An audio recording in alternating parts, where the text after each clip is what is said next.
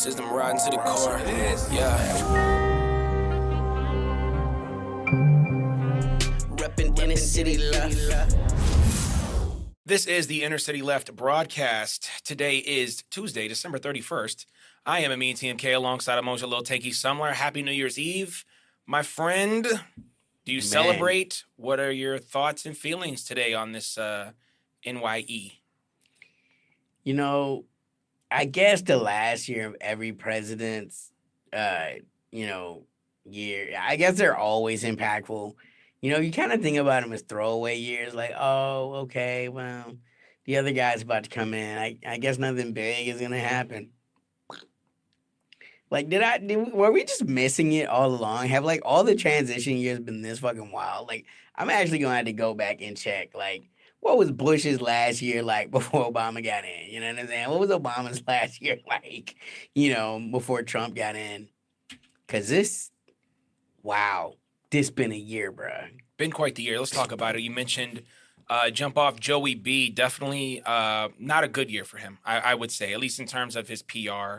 I don't give a fuck about that. It's been a very good year financially.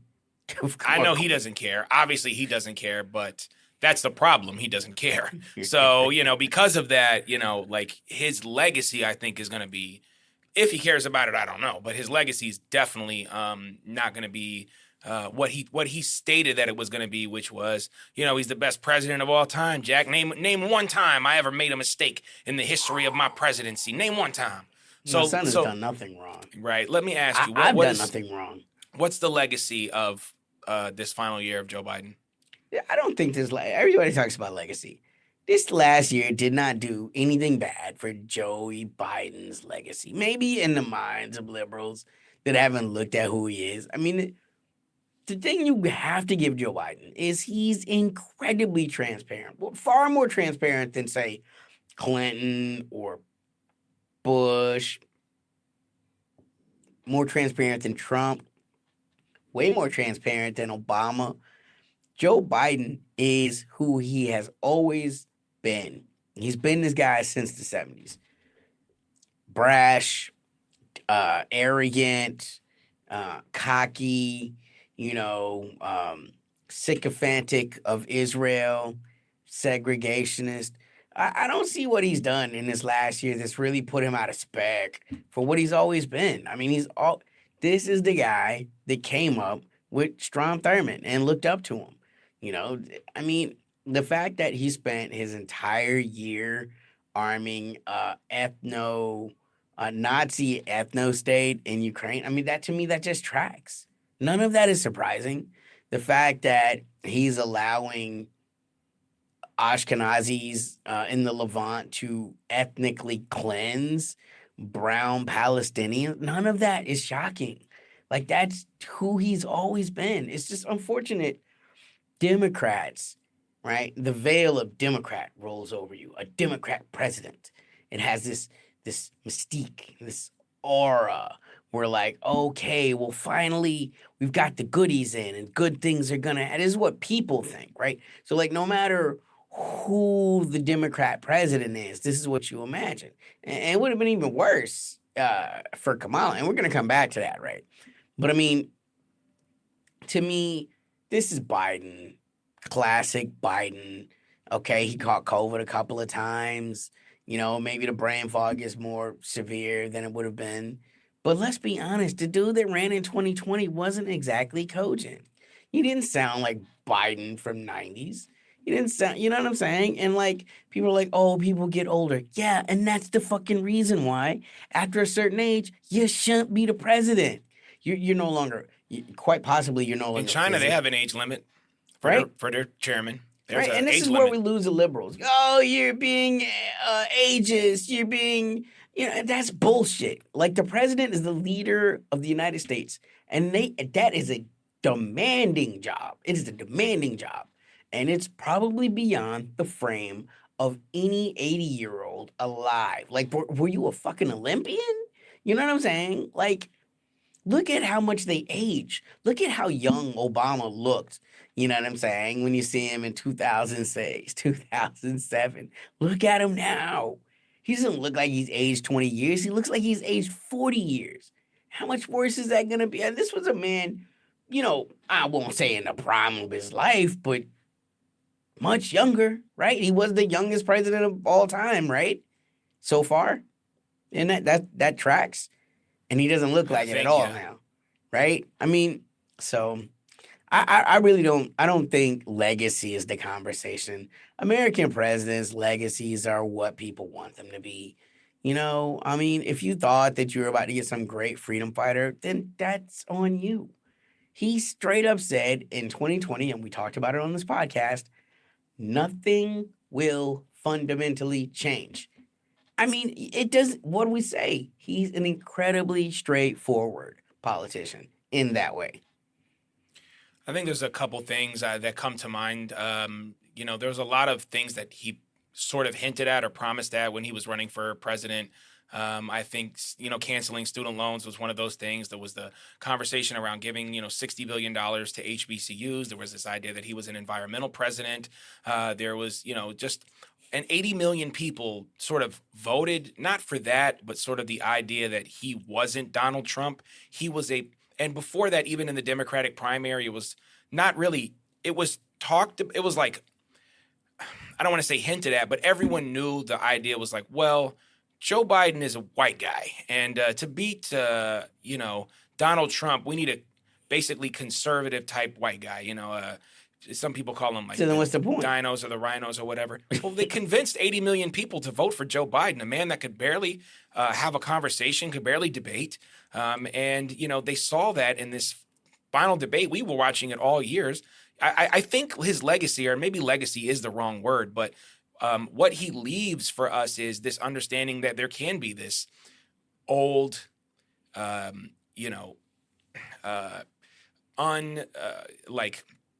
unaware of his surroundings, possibly senile, a person that really shouldn't even be working a job. And we saw that the American public was able to accept this just because it wasn't Trump. 80 million people were able to accept this, actually. And I think that really is sort of, again, not the legacy, but the thought that it comes to mind when I think of Joe Biden. And the other thing, obviously, would be, and I'll just, I'll give this to one of you and you can discuss whatever, but, the G-side in Gaza, and the whole conversation when, when they hit the first hospital and there was like, oh, we know it was the other team. And now Israel's hitting every hospital in Gaza several times. The rhetoric back and forth, sort of I think another story of this year is the press secretaries and the in and out of the Matthew Millers and all the people that are involved. So how about this? How do you think, I don't want to say Joe Biden's handling of Gaza has been, because obviously that's terrible, but what when you think of Gaza and you think of Biden, like what do you think about when you think about those things? I just want to circle back to something you said a little bit earlier about America accepted that the president, who probably is suffering from dementia on some level, senility, certainly, they accepted it. I would say the machine has gotten so good at hiding weak players, right? If you think about it, the further back you go, the less you see press secretaries. Even Trump, I'm sorry, not Trump, but W would regularly get up and field, the press corps. He would go out there, give briefings. Yeah, he had Condi do it sometimes. He had his press secretary. He had even all Trump those was things. doing interviews. I mean, Trump he was doing more interviews on Fox. He was always talking to leaders. Less and less and less. I mean, think about how much we ended up with. What was it? The governor of Arkansas, Sarah Huckabee, right? She did so many, and I never thought I'd see anybody get up on that podium and lie as much as she did. And they made her the governor of the great state of Arkansas. Ooh, I got out in just the right time. For her service to the Republican Party, Obama also, used his press secretary quite a lot, to the point whereas with Biden, it wasn't that hard, man. You just never saw him. It was always the press secretary. or it was Squidward would get up, with his lion ass face, or, I mean, so, there's always somebody. Who's the other guy? Kirby, right? I mean, there's just always, and if it's not that, you get to who ostensibly the real president has been, at least for the past year, the Secretary of State, Tony Blinken, right? I mean, during the Obama years, you saw Hillary a lot, but you didn't see her that much. Anthony Blinken has pretty much been the acting president of the United States, and he's the person that's given the most speeches.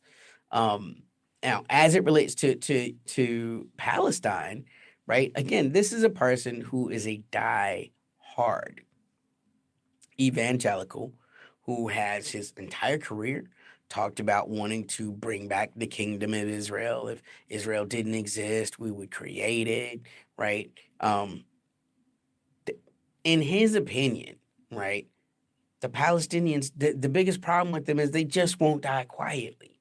You know what I'm saying? I mean, the whole point was always to go in there, reclaim all that land. Again, Israel's biggest problem is not what they do, it's when they did it. If Israel, if the powers that be had been able to break the Ottoman Empire 100 years before they did, all of this would have already been done. And we talk about it the way that the Australians talk intellectually about what happened to the Aborigines of Australia, the way the Americans talk intellectually about what happened to the First Nations in America. It just happened in the wrong era, right? Everything is on TikTok. Is this any better or worse than Buffalo Bill, 150 years ago? Actually, now we're close to like almost 200 years ago. Going to the Great Plains, murdering all of the bison so that we can starve all of the First Nationers that live in the Great Plains and rely on this as an easy source of meat, of clothing, you know what I'm saying? Like the only difference is all of this is televised. I don't think that what Biden has done has been anything out of spec for an American president. I mean, think about the great emancipator Lincoln was responsible for the single greatest mass one day hanging in Native American history. You know what I'm saying? And that happened, and he's talked about as this great liberate old Lincoln, right? What a great president, top five, right? Like the problem is his cameras everywhere, and it's their own problem. They're the ones that wanted to have a police state where everything is always being watched 24/7, where there is no separation from what happens and what is seen. Well, what's happening is there's a genocide in Palestine and it's being seen. You know what I'm saying? I mean, the fact that we're still out there quoting this number, this ridiculous number, 45,000, it's just obscene. It's just obscene. I saw something the other day where they're talking about like Anne Frank died of typhoid or something like that, like a communicable disease, right? But you would still count that number against the Holocaust because the conditions that cost this person's life were directly a response of the Third Reich and their political policies. It's the political policies that are being executed in the Levant that even if in the one opportunity where some soldier doesn't shoot a 6-year-old, right?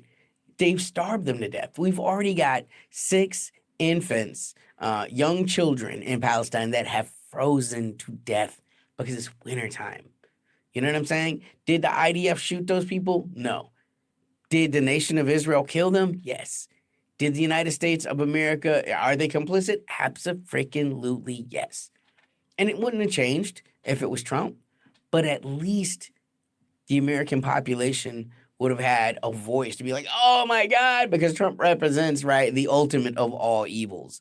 The evil that happens under the Trump is avoidable evil, right? And that's why we don't have to care about it when it happens under Biden. It's unavoidable evil. This was always going to happen. No one could stop it. And we say again, 80 million people voted for Biden. I disagree. I think 80 million people voted against Trump, assuming, of course, that these numbers are real, taking these numbers for granted. I don't think anybody had any love for Biden because, again, right, as you mentioned, Those things that he said, that's the thing that the Democrats took away. That was their takeaway. They didn't have to say nothing. All they had to do was present Trump as the ultimate evil. If Biden, they probably regret that he made any of those, campaign promises, because ultimately that was never his intention. His intention was to say, I look at Biden's 2020 campaign as pillow talk. You saying what you got to say to get what you want. And he got what he wanted. Come on, baby. Come on. We're both older than that. We're both smarter than that. I was just, how I be, man.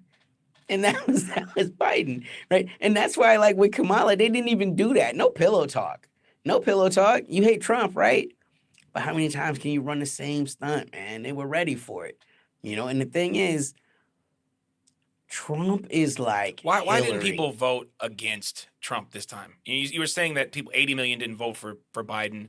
Why didn't 80 million vote for Kamala if they were just simply voting against Trump? Because nobody loves Kamala. You might identify with Kamala. You think but people don't love love Biden? her. Though? No, but people love Trump, right? Now, at that time, right, because time keeps on slipping, at the time, there were more people that hated Trump than loved Trump. But there are lots of people that love Trump. I mean, the numbers that Trump had in 2020 would have won again. Trump 2020 beat Trump 2024. You know what I'm saying? Right, but still wouldn't have beat Biden 2024 if It the wouldn't have numbers are beat- real. If the numbers Right. If the numbers are real, right, they wouldn't have beat Biden 2024. I'm sorry, 2020. Biden in 2020 would have defeated Trump in 2024. It's still the most votes ever for a single candidate in the United States, if you believe it. Right. And so what my point is those numbers have changed, obviously, right? I think the people that love Trump now are more than the people that hate Trump. So when you go with we have to defeat Trump, people just don't feel that way anymore. Yeah. Like, when you're campaigning on joy and motherfuckers got 2 jobs and COVID, you know what I'm saying? It's always easy to say, look how bad it is. I can fix Right. it. But Right. that was sort of Kamala's idea, was to say, hey, it's really bad and I can fix it. But you're the vice president. But you're the vice So president. I think Why it don't you was fix just it? a Can we get a hollow down payment on some of this? Yeah, it was just sort of a hollow in that regard. And I think they just did a disservice again by picking Kamala, because she didn't have that things are bad because of this administration, like possibly an AOC. It was look or away. Gavin Look away, Newsom. Caroline. You know what I'm saying? Oh, Yeah. things aren't that bad. But they were. You know what I'm Yeah. saying? And it's so we interesting we too said to when see. Kamala was given the stick in August, we're like, there is another game at foot. Who is the real player, right? She was for their donors. Mm-hmm. I mean, when you look back on it and you look back why, and I don't think it's something that we're saying. I mean, we are saying it, but we're not the only one. Yeah. Like their donor class is why they look at this year as a victory, instead of a loss, because they made $1.5 billion. Like, when you make that much money, that's not a loss. And they never had to betray their major donors, aka the people that want to see everything that's happening in Levant happen. The kind of people that want to see the West Bank annexed, the kind of people that are okay with the Golan Heights expanding. When Israel goes in and takes a size of land that's 3 times larger than Gaza. That happened this month. That happened within the last 2 weeks. Yeah. I mean, and most Israeli voters still chose Trump. Absolutely. So in terms of getting people to vote for you, if there was an AOC type candidate, we talked about this before, but even not a Gavin Newsom type that you can say, like, okay, here are some progressive things I did. I think Gavin Newsom had a lot of good, I don't want to say good. I just want to say, like, performative laws for the LGBTQIA plus community. Like, they can, these books I'm reading, right? Like a lot of a lot of symbol, a handsome white man, a handsome young white man. Which is something the Democrats really haven't had in some time. They'll lose every fucking state in the South. I don't know how many times we can do this. Gavin Newsom, the way the Democrats feel about people, they project that that's the way that America feels about these people. Where the fuck is Gavin Newsom going to win? Is he going to win in Florida? No. Is he going to win in Alabama? No. Is he going to win in Louisiana? No. Is he going to win in Mississippi? No. Is he going to win in Texas? No. There's a lot of states to concede off the fucking rip. I think the Democrats never are okay with fucking that, learn. Like the And we've Democrats, said this. the Democrats want that. What they care about is that, what do they call it? The blue line, the blue wall. Like Right. that's what they want. But they need want to get that shit up. Minnesota. They've seen that they can't win that now. Right. I mean, you know what I'm saying? All of the demographics for that are changing. So it becomes more and more incumbent to find a candidate that has some type of appeal to Americana. You know, the whole, I mean, I could right now tell you all the reasons a California liberal, okay, has as much fucking chance as Bernie fucking Sanders as becoming the president. You know what I'm saying? Now, a California conservative, now you changing shit. And Now you California is Ronnie becoming Reagan. more conservative. We saw the map. Absolutely. The California actually, because in 2020, people were saying that Biden had an opportunity to win Texas, and it actually was much closer than it usually is. But I don't think that I think people are starting to see that California is also up for grabs, which would obviously be an over for the Democrats. I mean, without California, they can't win It's anywhere. a wrap. And yeah, I think, again, people are, I don't know if it's the identity politics. I don't know if it's just the inability to articulate what you're trying to say, or any policy for people to leave, the Democratic Party. But, it don't look good. I'll tell you that much. I see them suffering for probably. I mean, they're in a whole. Yeah. What do you call it? Identity crisis. Yeah. They're gonna spend the next. I really feel like 12 years. We'll see. We say that. trying We to said that sort it out. They say that about Democrats. Look, everything wildly. How did it swings. work out for them? Every 2, 4, Got fucking 6, destroyed, 8. right? Right. And Trump was destroyed previously. So I think the thing about it is, there is so much time that happens between the first election to the second election that the amount of blowback that happens, the amount of things that you're just not ready for occurs, and all of that skews people's minds, and they have this, people always love, because people are thinking to themselves, 4 years ago it was a little easier under Trump. That's about as far as many voters go. So I definitely think that, we'll see what happens in 4 years. But like I said, for the Democrats, it don't look good. Okay, let's talk about this, because I think there's another big story we should discuss.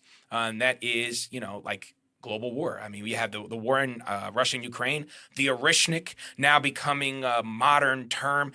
In every household, people are talking about the Orishnik. We talked about it exclusively. Congratulations. The Russians have created a weapon that brings meteors down to Earth. Like, are we playing Elden Ring right now? Like, this is what the Russian capability is.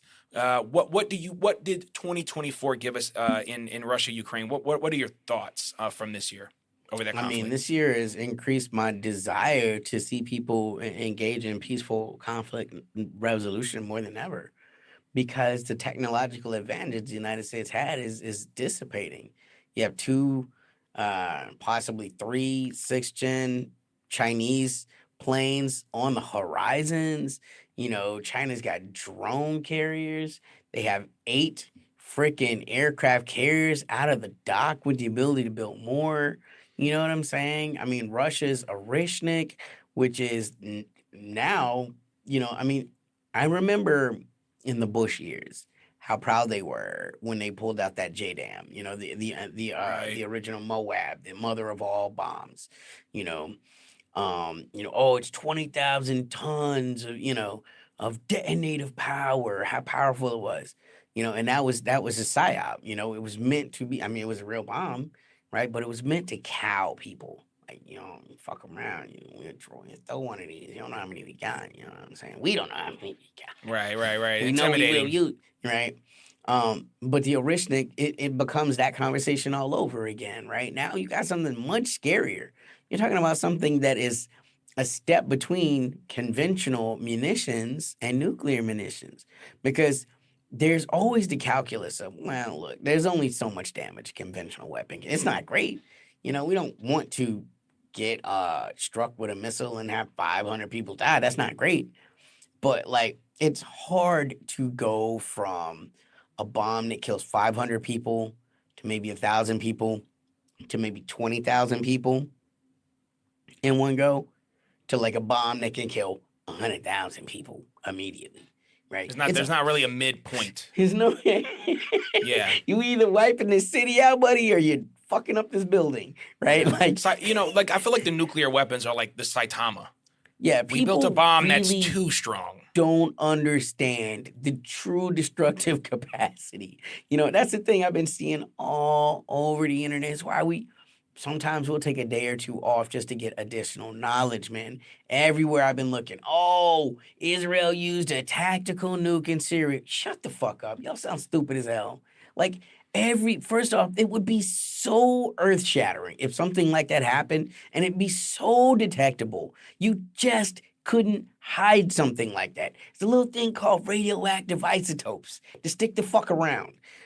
Nuclear winter and fallout and shit. Like, We try not that's to be kind of sensationalist. it's so I don't want to sensationalist. break a news story and it's just wrong. Bullshit. Yeah, Right. that's not what we do here. You know what I'm saying? So, like, the Orishnik, though, is a real game changer. It dropped and it made a kinetic impact weapon. I mean, the only time I'd ever even seen something like this theorized was in a freaking Hollywood movie. I think it was like it was one of those what was G.I. Joe movie where they're like, oh, Cobra. Oh, wow. It was a Cobra plot. That's how you know what I'm saying? We're gonna drop Right. tungsten rods from space with the detonative power of a nuclear bomb. I'm Some like, young Russian scientist was watching that like, oh this yeah, shit is spitting. I how'd they think we get can on do this? Let's go. And they did. You know what I'm saying? Yeah. So, like, Much to America's chagrin. right? You had to deal with fallout. You know what I'm saying? The fallout is the impact. No. I mean, pun think about how intended. much they still talk about like Hiroshima and Nagasaki. I mean, and deservingly so. Right. That the United States, I don't think, will ever be able to sort of escape that. And we saw No. the Oppenheimer movie, which was, I wasn't really a Glamorize fan the hell of it. out of it. Yeah, look how smart this white man is. He found out how to. And you go back and you look at it, and it's like way more POCs, Right. way more black people, black women who are like And- doing so many of these equations and stuff. No appearance in the movie. I would also like to talk about the underlying thought behind that, right? Well, this is an Ashkenazi scientist in the West created these. See how smart they are? See how much the West owes them? Maybe Right. you know what I'm saying? Like, these are the underlying tones that I picked up when I watched that film, like, maybe Israel does. But if they do, we already owe them. Look at how much they did for Yeah. us. Hey, look, I You love know? Cillian Murphy. Hey, maybe it's something for people, but I Right. enjoy When it. I think about an Ashkenazi, I think about Cillian Murphy. That's exactly what the average Ashkenazi man looks like, Yeah. Hey, but watch Peaky Blinders. Much better. Much better. I wanted to mention this to you too, and we can talk about whatever. I mean, it's the end of the year, baby. We made it. We Hopefully, made it. we got a few more hours here. Toast. Somebody better be sipping a bup of yak to this for me. I'll be having some fizzy Some lifting. tea? No. Ugh. I want something delicious for New Year's Eve. I don't want to be going into this year with health, but I don't drink. But maybe you can have some. Maybe you'll have a beer and I'll have a grape soda or something. We didn't talk about this, but we have been talking about this book for quite some time. Jimmy Carter Let's passed go. away at a hundo. Oh. Quite a good book, Palestine of Peace, not apartheid. I haven't finished all of it, but I've read it quite a good deal, and I've listened to a lot of his speeches. It's a crazy book, right? It's incredibly good, and it again. There's sort of been this conversation in the leftist community, like, no presidents are good, all this other stuff, which again, I'm with. But it is interesting to me, and I'll ask you, this is what I'm asking you, your thoughts here. Like, I don't think any president ever, again, will write a book quite like this. Indicting Israel as much as this book does. And I think it goes back to this, and we talk about this often. It was bad back then. And it's way worse much now. Worse. It's Jimmy much Carter did a worse lot of now. bad things as a president. But imagine he will be the last president that will ever get close He's a to mixed admitting bag. this. Yeah, he's a mixed bag. There are no good American presidents. I mean, that's just a caveat, and you just got to acknowledge it. But I'm telling you, as a Gen Xer, he's probably the best president of my lifetime when you look at the impact. Again, even as horrible least as worst. all of those, he was the last true liberal, Yeah. right?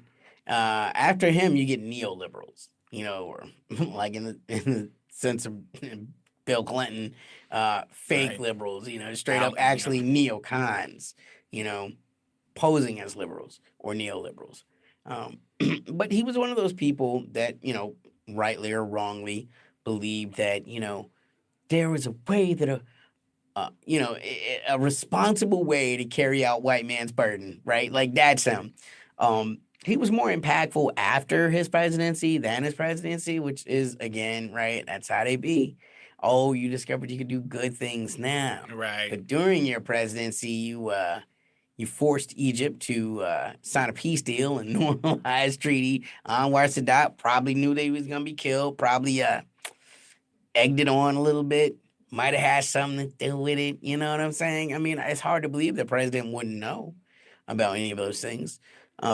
But past his presidency, I mean, this was a person that talked regularly about the Venezuelan election cycle. Talked about how it's far more equitable than the United States.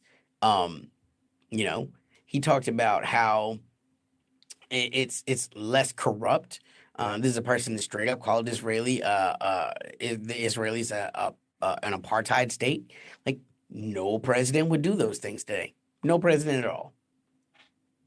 Didn't he say something too about the Venezuelan elections, or am I thinking about something else? No, that's what I was saying. He said the Yeah. Venezuelan elections were far more fair and less corrupt than American. And this was in the time of Hugo Chavez, and they really hated. They hated Hugo Chavez, right, You know what I'm saying? I mean, they don't like Maduro, but they hate. I mean, because Chavez had a type of a machismo that threatens the shit out of the West. They hate to see those kind of Yeah, men. he was even wilder than Maduro, who we really appreciate. We really like the way that If you liked presides. Obama, you'd love Chavez. And maybe one day we're gonna give some respect to Central and Southern South America for The just only their people fortitude. really making socialism work in the world, Right, other than the right. Chinese. Colombia. Think about how left we are compared to 4 years ago. Colombia, Brazil, Chile. Obviously, Bolivia has been standing strong. Right, Much Venezuela, of stronger than course. Syria, which we haven't talked about too much. Ecuador. And Mexico, baby.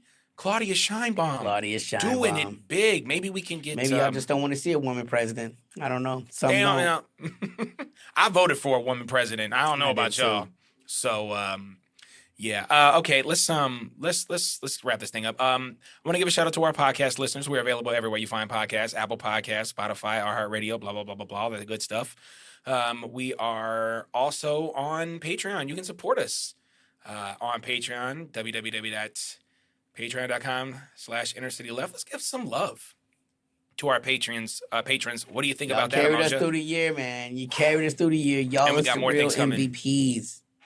Let's give a shout out to Lori Joel, Nikki Infield, Riggedy Pellegrino, Nat the Rat, Lucy Newman, Samantha Guerrero, Dumpy, Tom LeBeau, Turn Leftist, Kelly Lieta, Dubsy22, Jagalart94, No Ground, RK, Paula La Poderosa, Lissa Piercy, Lauren Bullock, Suzette Tav, Dennis Amadeus, Yada Heroes. As we said, you can be a part of our Patreon as well. We're building a community there. And we also have free subscriptions if you just want to get down, if you can get the paper right now.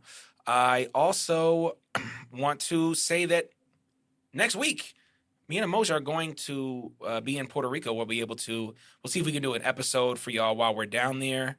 We're out there for some business. Hey, tell me in the comments, those y'all that's in Puerto Rico or been. Tell me the spots we need to hit. You know what I'm saying? The culture that we need. I'm up on this bomba. I'm definitely trying to see some of that. Yeah. El General. Muévela. Anyway, okay, I'm not going to get into part into that. And we appreciate y'all. We appreciate everybody. We are at 350 subscribers right now. Hopefully we can get to 500 soon. I don't think that we're going to be stopping anytime soon. Man, we may be ramping up, man. Yeah, with and more that's content. another thing you can definitely do for those of you that cannot contribute. Like and share, man. Like and share. Put it up. Yeah. Put a friend of yours up on it. You know what I'm saying? Comment. Let us know how you feeling. Right. I'd like to know how you feeling. What do y'all want to hear? You know what we do. We do geopolitics. We talk leftist news. Guests that you would like to see us bring on in 2025. Yeah. We are a completely responsive community to you guys. We are subject to what y'all want. We're bringing you the news that we find and we feel like is important from an inner city leftist perspective. But y'all are the inner city and we are the left together. It's all mutualistic. Yeah, and follow us on Inner City Left if you're on Instagram. Also, our ats for our Twitter pages, our Twitter accounts. Sorry, not Twitter pages, X accounts. Twitter. His mama named him Twitter. I'm gonna call him Twitter. I'm gonna call him Twitter. Yeah. So, yeah, and we appreciate y'all. I appreciate you, bro. Thank you so much for going on this crazy little journey of trying to get people to care about geopolitics and leftist news and things like that. I'm excited to see you in Puerto Rico, man. I think it is going to be very fun. Absolutely. New music coming in 2025, y'all. Yeah, and New always music coming. You can always purchase our music. You can just use our names and search for us, and also you can visit our website innercityleft.com, and you can pick up some book. You can pick up a book, Emoja, Fables, Foibles, and Other American Sins, if you want to read a little poetry and see what we're capable of. We're going long, but whatever. It's 20. It's our wrap up season. Any final thoughts for you, Tanky? No, I'm good. Y'all have a great New Year. Be safe. You made it. Be gentle with yourselves. And much love and respect and heartbreak for those who didn't make it through this year as well. For Moja Lil Tanky Sumler, I am Amin TMK. This is the Inner City Left broadcast. Peace. System riding to the core. Yeah. Reppin' Inner City Left.